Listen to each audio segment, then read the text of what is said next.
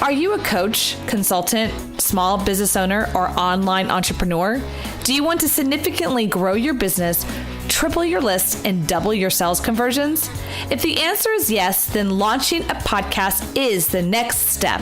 You see, being an expert in your field, having a website is no longer enough to be noticed in today's marketplace. I call it the influencer effect. Being an influencer is the key. You see, people do business with people they know, like, and trust. And having your own podcast helps people to connect with you.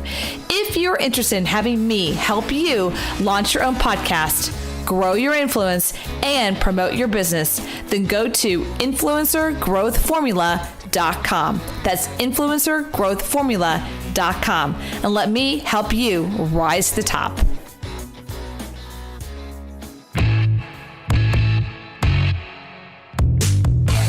And now, welcome to Like a Boss, insights with influencers, creatives, online entrepreneurs, and badasses like you. Here is your hostess, Heather Havenwood, Chief Sexy Boss, helping you rise to the top. Everyone, welcome. My name is Heather Havenwood. You are listening to my radio show and podcast, everything else in between. If you don't know who I am, thank you for being here. What I do in my company is I help people with sales and marketing and coaching, but also I help people launch their own shows online in podcasting radio. So if you're interested in that, please contact me at heatherhavenwood.com. Okay, so today we are talking to someone who's super awesome. By the way, I've been doing interviews all day, and she's the only female. What's up with that? Let's end it down a good note. Right? One female's out there. So Shannon Miles, thanks for being here. Oh my gosh. Thank you so much for having me on. It's going to be fun. It's been fun already. So I'm a Texas girl. She's a Georgia girl. We're already peas in a pod. We're going to have a glass of wine. I'll just chill. Do you need to go grab one? I should, but I'm in an offense. You should. Oh, all right. We missed that chance. I so should have done that next time. Like, what's up? We're having wine. Last word of the day. Okay, so Shannon Miles is the CEO of Belay. It's one of Inc. 500's fastest growing company and winner of Culture IQ and Entrepreneur's #1 Company Culture Awards. Since 2010, the company has grown to over 600 team members. That's super awesome. We're going to talk about that today, how she did that, and serves nearly 1,200 clients on a daily basis. This year, she released her book, The Third Option, Why a Woman Doesn't Have to Choose Between Career and Family. And I love, we're talking about that as well, right? Whether through team development or balanced mentoring, Shannon is passionate about serving others and inspiring them to live life more fully while firmly remaining her own worst critic. Girlfriend, I feel you. Ugh, I know, right? And Shannon, of course, loves yoga, which is awesome. And she's from Georgia, because that's cool. Yeah. And I'm a Texas girl, and half my family lives in Georgia, and the rest live in Florida or Texas. So. And when we say from Georgia, we've been here like 20 years. So it kind of is from yeah. No, I get that. Yeah. I'm a military brat. So it's easier to say from Georgia than all the other places. Well, you look like a Georgia girl at this point. I've grown accustomed to it. I may throw out a y'all every now and then. We'll just see how it goes. How y'all doing? Exactly. I mean, that's all fun. And so we talked about in the green room, the green room is really where we talk prior to the conversation. We just kind of get to know each other and love on each other a little bit. And I love the conversation that we were talking about. One is that your business, you have over 600 freelancers and then a core team of about 60 or so. And the percentage of women's really high. So can you talk about that? Mm-hmm. Yeah, it is. And it's a funny thing. It might just be the work that we do. Virtual assistant work typically lends itself to a woman doing it. We love having guys on the team, but it just over the course of time has evolved to be probably over 90% women on our team. The two other services that we provide, bookkeeping and webmaster, we do see more of a male presence in those, which makes sense based on the trade. And then our corporate team, I think one of the reasons we have such a strong presence of women on our team is we started small. We bootstrapped this thing. And so we evolved together over time. And initially we were hiring a lot of part-time people on our team. And then as we would grow and their leadership would grow, we would promote and grow from there. And so, for instance, our CFO and our COO were former assistants. And I just think that's a hard path for guys to take sometimes. And that's certainly not our path moving forward, but that's the genesis of where we started. Yeah. And so it's just evolved that way. And I'll tell you, we have a leadership team of 8 people. My husband, Brian, and I, who I started the company with, is the only other guy on that team. And I mean, they're just an incredible group, and they're kicking butt and taking names. They're all sexy bosses. That's what I say. Super sexy bosses. Right? So yes, sexy boss house. Sure. Boom, Belay. So what's the URL they can find you before we get started? Yeah, we're at belaysolutions.com. Belaysolutions.com. That's spelled BELAY solutions.com. And so let's just talk real general. What is Belay Solutions and what do you guys provide?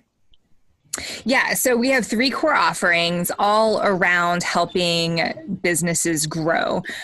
So virtual executive assistants to come alongside leaders to do things like email management, calendaring, booking travel, project management, all the sort of unsexy stuff that has to get done in a business, but really isn't often the best use of a leader's time.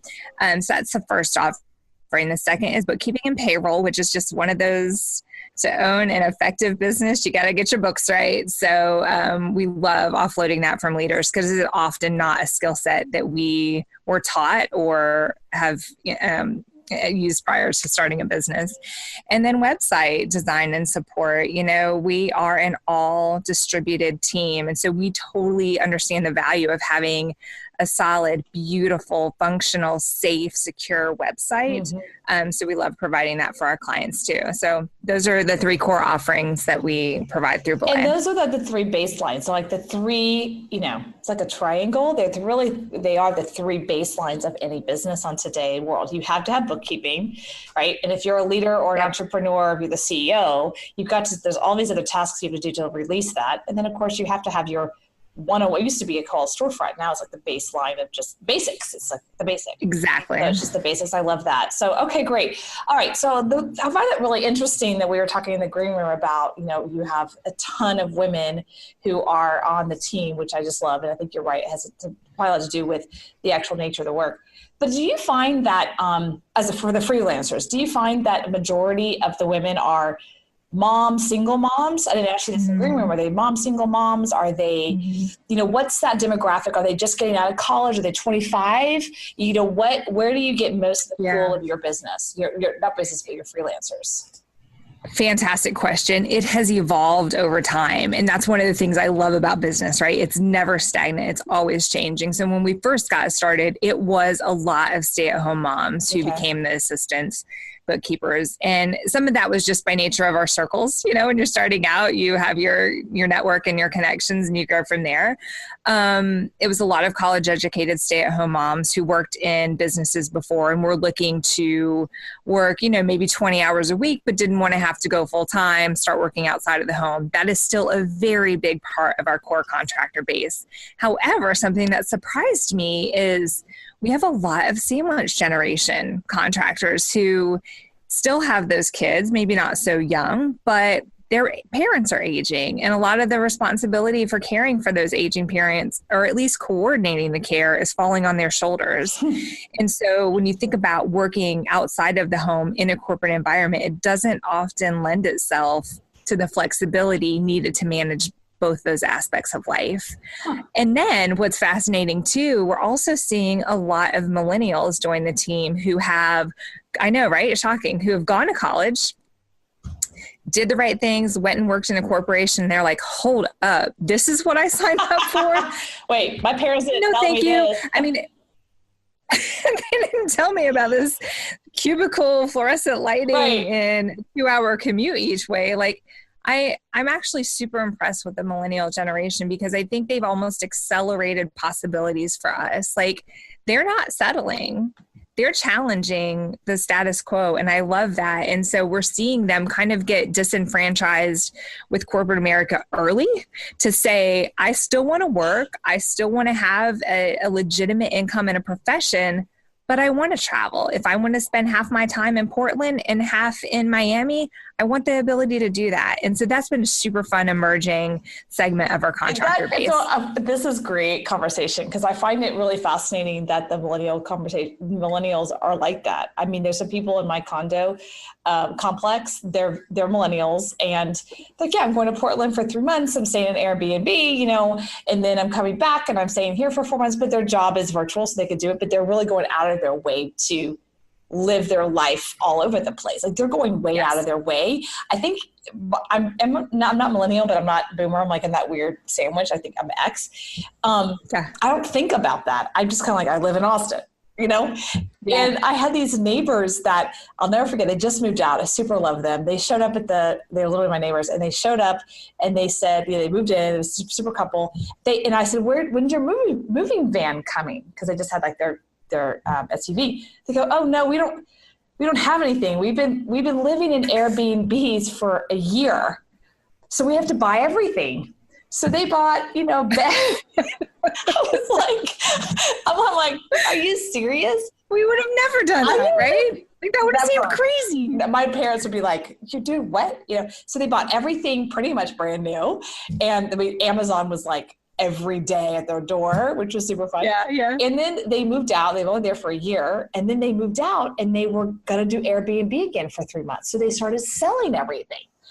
So I got their bed. I was like, you're like, thanks guys. What? You sold everything again? That's a good stuff. Like, I'll take that. I know y'all just bought that. You're never home. So like, I got their bike. I got their bed. Anyway, so. Do you know, it totally aligns with the whole like tiny living minimalist concept. I think people are seeing like things don't make you happy, right? Like material wealth is not equated to happiness. And I think people are placing a premium on happiness, which is awesome. And they want experiences. Yeah. They want the ability to provide, and they want to experience life to the full and be present. And I think remote work and, you know, flexibility lends itself to that. So both of them have careers that are virtual. And so, they're in Boulder right now, somewhere for an Airbnb for 2 months. And I think it's a different generation. They're married too. They've married for a while. And I just think this whole generation that they call she called it the nomad world, where you can live anywhere. And as long as your job is virtual, there isn't any kind of like, oh, you need to be near the family thing going on, or you need to be near, you know, the aging parent or something like that, unless you need to be. I know for myself, you know, I'm just sharing people that recently mom passed away. It's been a couple of years and she was here in Austin. And then recently my dog passed away of 17 years. So I know it's very heartbreaking, but it's this weird freedom. Because I'm like, oh, I don't have an aging parent that's needs to be attended to. I don't have my dog who needs to be potentially kennelized if, you know, I'm kenneled or whatever, boarded for a month. Like I could just literally take off to Alaska if I you have that, or, you know, Brazil or Thailand or something. I don't know. And why not? Like, why not? There's this total freedom to just like, oh my God, I could go anywhere, you know? Oh my God, really? But the millennials don't even like, there's just this freedom. So let's talk about the demographic of your company and belaysolutions.com.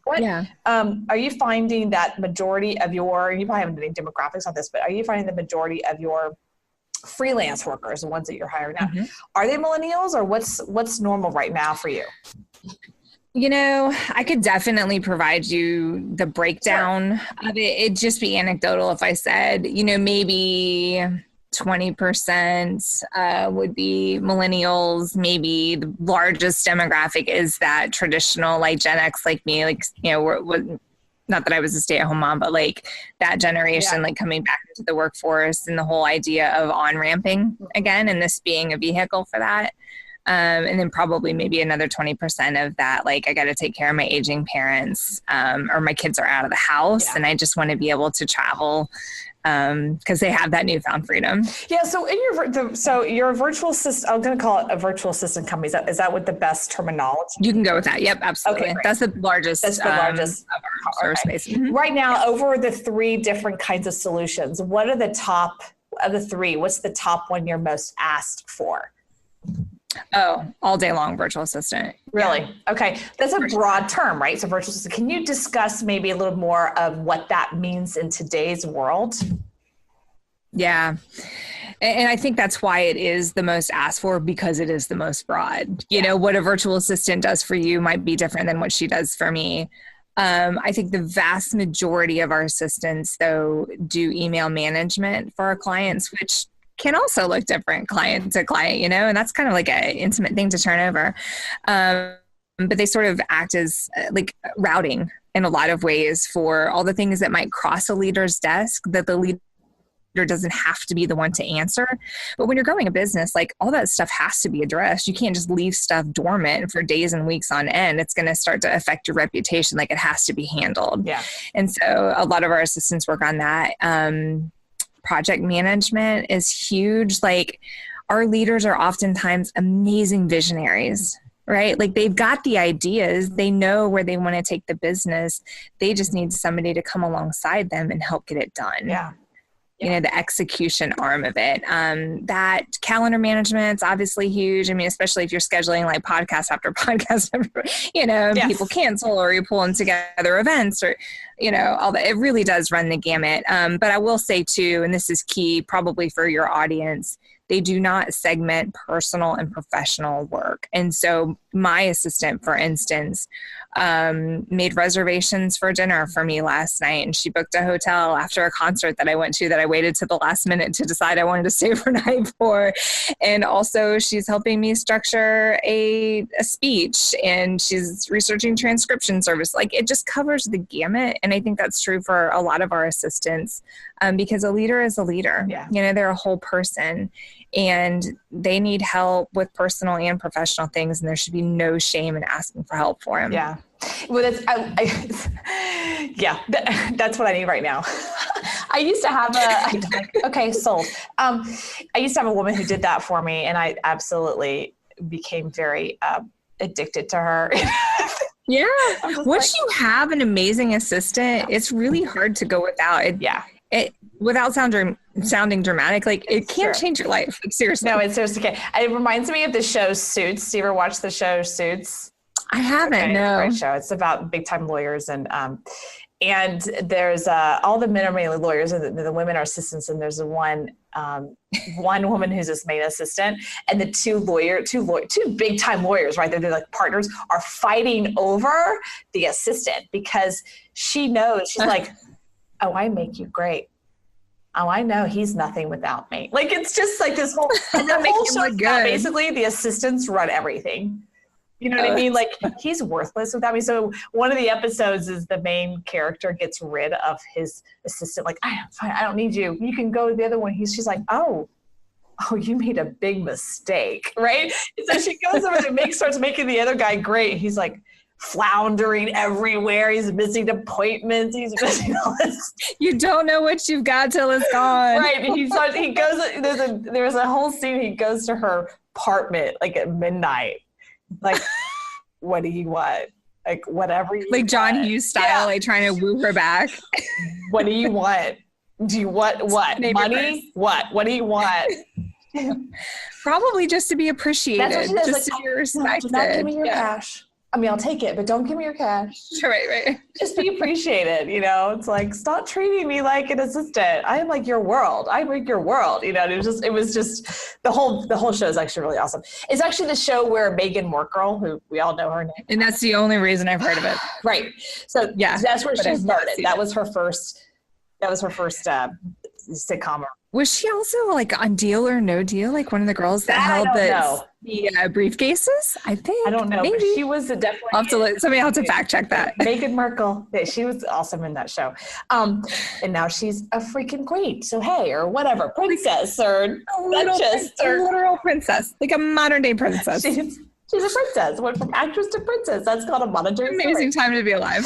It's a great time to be alive. Okay, back to assistants. Okay, so who is your market? Right. Like who can, as far as, do you work with agencies? Do you work with solo entrepreneurs? Do you work with who actually do you work for? Because lots of times, like right now I'm in co-working space and almost everyone here is an agency, some kind of marketing agency, and they have a ton of employees. Yeah. So people who have employees, do you usually find that they want full-time assistants to come in-house, or they still have that personal, private assistant? I get asked this question a lot, and I always hate my answer because it's like all the things, and that sounds disingenuous, but it's really not. Okay. The type of client that works best with us is somebody who has a mindset that their assistant can be anywhere, that they can trust them to get the work done, and they get the concept of the value of an assistant. And so in terms of like marketing agencies, we serve them small and large. Some of our assistants act as marketing project managers to move client engagements along, because a big struggle with marketing agencies is like they've got all these projects in flight and limited resources to execute on them. So if anyone drags on for too long, like it kind of hoses the other resource allocation for the other projects. And so like we have assistants who will come in and make sure that those projects are moving along and communications flowing and all the intake information is gathered. So it ranges from that to the woman who's just starting her business and she's finally reached the point where she can afford to hire help, but absolutely does not need somebody full time, 10, 15 hours a week just to help her focus on the things that she is the only person that can do, the vision casting, the business development, the product oversight, whatever that is. So all the way to large $500 million organizations who the executive's assistant is retiring and he's like, I'm really not in the office that much anyway. Can I just have a 20-hour-a-week assistant? And she ends up getting done the same amount as a 35-hour-a-week on-site assistant did, just because it's a very efficient way to work. Like they're just in and get the work done and they're out. They're not hanging out in the break room or whatever. Right. And so it really does. And that's one of the things I love most about what we do. It runs the gamut in terms of industry, company size, employee count, mix of if they're on site or they're virtual, doesn't matter. So I have a fun story. I love that because I think it's great that, anybody can have a virtual assistant, even if they work for a big company. One of my very first assistants, I got, this is back in 99. I worked for a big company called SBC Global, SBC. And I got promoted to this position, and that position got an assistant. But I didn't get to hire them, and my sales tripled that year because I got to alleviate all the detail stuff that I'm not good at. And I got to focus on sales. I had this time that got created. And I was like, oh my God, you're doing the reports. Okay. You're doing that. Okay. Oh, what do I do? He's like, go sell. Now, what was really weird about it was I was 25 and it was male. And he was whatever, in his 30s. And I not 25. No, right. Yeah. And so I was super younger. And that was super strange where he's my assistant, you know what I mean? That was very strange. It was a very different dynamic, but by the way, I would love to have that dynamic again because it was super fun as well because he was so detail oriented. He was the detail guy. I was like, I hate that. That's a rare combination. It's a rare combination. But then I have a great story. There's a woman, and this is years ago. She was she is a lawyer. She's a divorce attorney, and in Chicago, and she had this thing about having an all-woman staff of all lawyers. All her lawyers, everyone in her office is a woman, except one person, and that was a male assistant. She did that on purpose. So she did. And what a brave man he was. Well, Lord have mercy. I think so. To me, I totally see an amazing, over the top gay guy doing that. I got you, girls. You know what I mean? I could I got your back. I've always wanted to have that because I know he would probably be awesome to work with, and he would just be awesome. You know what I mean? Because they're just don't want to. It's good days, but I just have this vision of a particular kind of person. I'm not dissing anybody. It's actually a great story. She was written up in Forbes about it. And she only took women clients, and she only represented women in divorces, and all her everyone's woman. She probably got sued at this point, I'm sure. I was going to say, she probably did. It's a whole different day and age now. I'm afraid of dating. But you got to be careful with that. Okay. So let's just real quickly. I want to move into culture because you were the fastest growing company and winner of the Culture IQ award by the Entrepreneur company culture awards. I think that's really interesting because you're a virtual company, 100%, correct? Yeah. Okay. Yes, How in the freaking 100%. way do you do a culture creation inside of a virtual entity when you have people who are not 100%, meaning they're not 100% full time? You know, they could be 20% or whatever, 20 hours, 30 hours. How do you create that culture? What does that mean in your environment? I feel like when I see culture, just to give you a construct, I live in Austin and there's a particular culture here in Austin. If you go to the Google office here, the Facebook office here, or the HomeAway office here, you walk in and you can feel a culture. Yeah. You know, it's a physical space. Yeah. WeWork is big here, same thing. And how in the world do you create that in a virtual world? Yeah. That is one of the things that I'm most proud of, if I'm being honest with you. Like when Brian and I started this company, I was leaving a pretty toxic environment. And so when we created the company, we were like, you know what, let's make a company that we would want to work for. You know, and just like, if we don't want to serve a client because we think they're going to be a jerk, like, let's not serve them, you know, like, let's just make and create a culture that is real and genuine and thriving. And so there are a few things that we've done to make that happen, despite the fact that we don't have an office. One is we're super out there with our mission and our vision and our values, and they matter, like they're actionable. The second thing is we believe that people matter and relationships matter, and you have to treat people with respect. We have a no gossip policy in our company, and we clearly define that gossip is taking a problem to somebody who can't do anything about it because they're either a peer to you or below you. If you have a problem that you can't resolve, you need to take it up. Because otherwise you're just putting that monkey on somebody else's back. And in a company of mostly women, I can tell you, I've had so many women say to me, that is so refreshing. Thank you for creating and protecting and in making it actionable. We have let people go for gossip. So that's another thing. I think we're super intentional with our HR in terms of amazing benefits and wellness and really investing in our team. Something as simple as we have belay buddies. You know, we're not going to have the luxury of being in a WeWork together or an office together and saying, man, Heather's cool. Like, I just want to go grab lunch with her. But what we do have is matching of people together to say, Heather and Shannon, you guys don't work together very often. Why don't you get together for a 15 or 30-minute Zoom and not talk about work? Just talk about, where'd you grow up? Tell me about your family, favorite hobbies, that kind of stuff.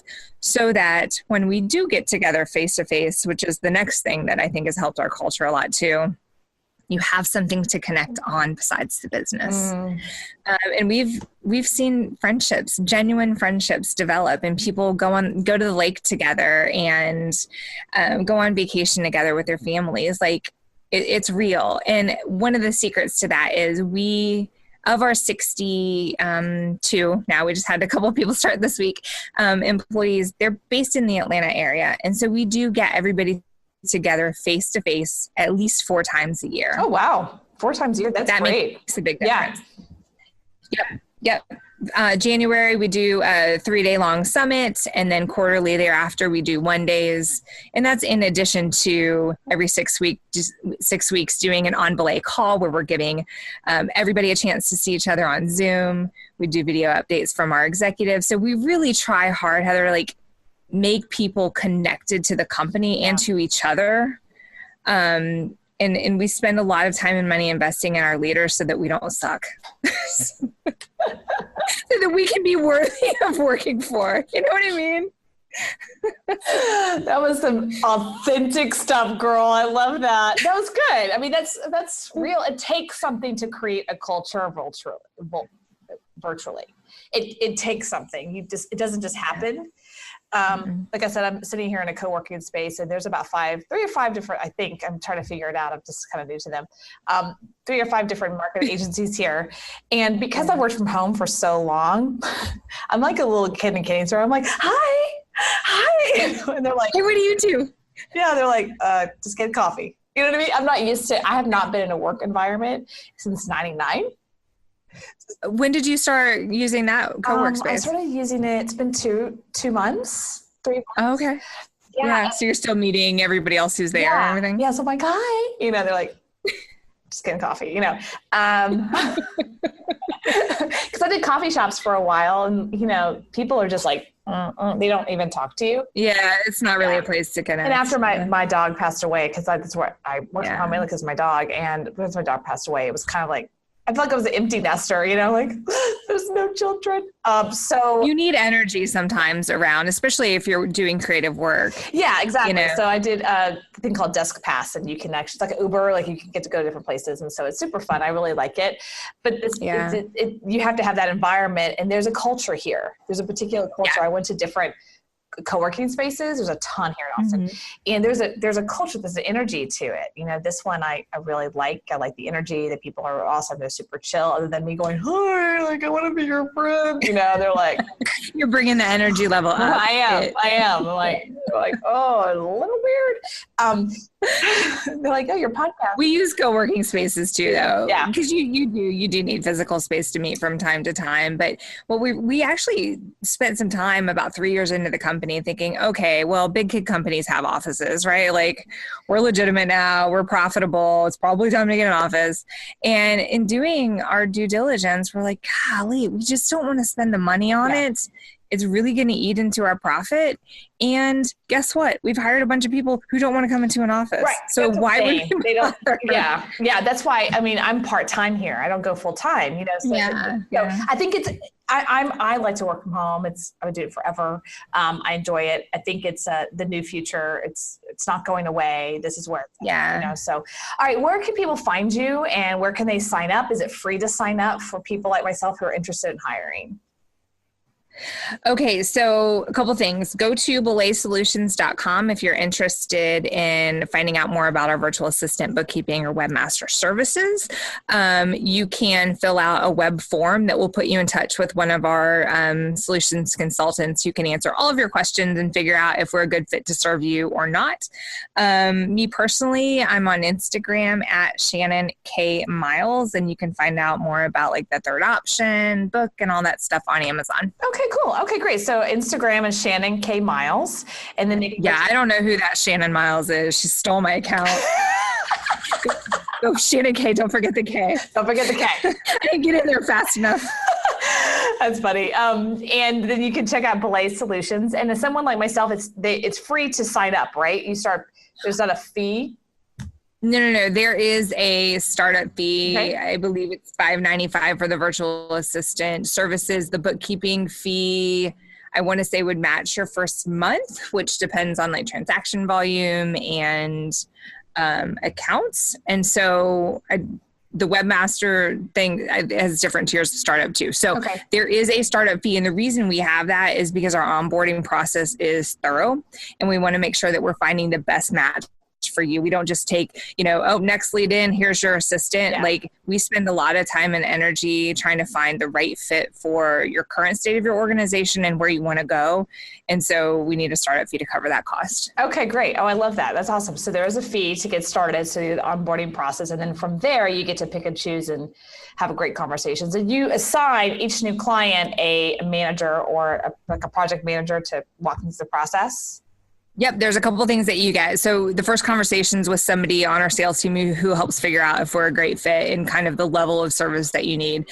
Then the second step, if you sign a contract, pay that implementation fee, get started on your monthly service, that's where we're matching you with an executive, like a virtual executive assistant, as well as a relationship manager who is one of our corporate team members that will oversee the engagement, set up your 90-day goals, make sure that communication's happening, provide all of our best practices and recommendations to set you up for success. And then they're with you for the life of the engagement. Oh, I love that. That's awesome. Okay, well, go check out belaysolutions.com. Shannon, thank you so much for being here. I really appreciate it.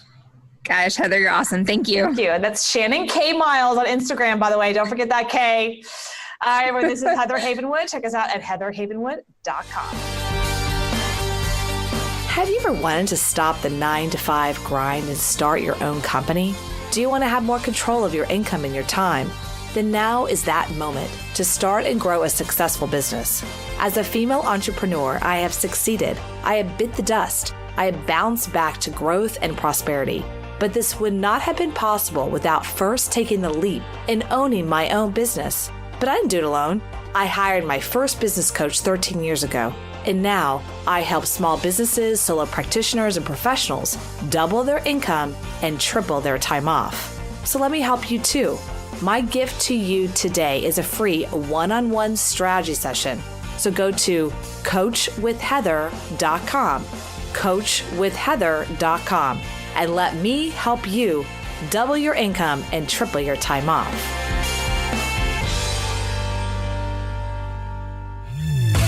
Thank you for listening to Like a Boss, helping you rise to the top. Join Heather's mastermind at influencertribe.com, where she helps you become an influencer and dominate your field. Follow Heather Havenwood on Instagram. Interested in interviewing or scheduling a call with Heather? Go to callwithheather.com. For more, go to heatherhavenwood.com.